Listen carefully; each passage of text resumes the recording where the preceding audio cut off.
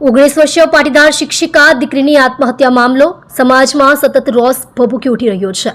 પાટીદાર સમાજના મોભી ન્યાયની માંગ સાથે પોલીસ કમિશનર કચેરી ખાતે પહોંચ્યા હતા।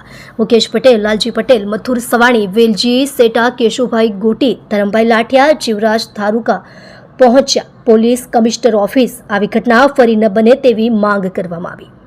આપ જોઈ રહ્યા છો ગુજરાતની સૌથી પહેલા ખબર આપતી Surat express news channel. Director Rajesh Mangleni સાથે સીપી સાહેબ સાથે શું વાત થઈ છે?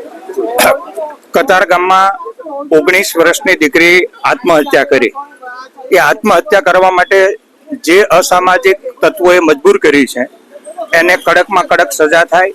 ગુજરાતમાં કોઈ પણ સમાજની દીકરીને આવી મજબૂર ન કરવામાં આવે એ માટે કડકમાં કડક સજા કરી અને દાખલો બેહાડવામાં આવે કે ભવિષ્યમાં કોઈ પણ દીકરી હારે આવો વ્યવહાર ન થાય। એ માટે સીપી સાહેબને રજૂઆત કરી છે। એમને ખૂબ ખાતરી આપી છે, ગૃહમંત્રીએ પણ ખાતરી આપી છે।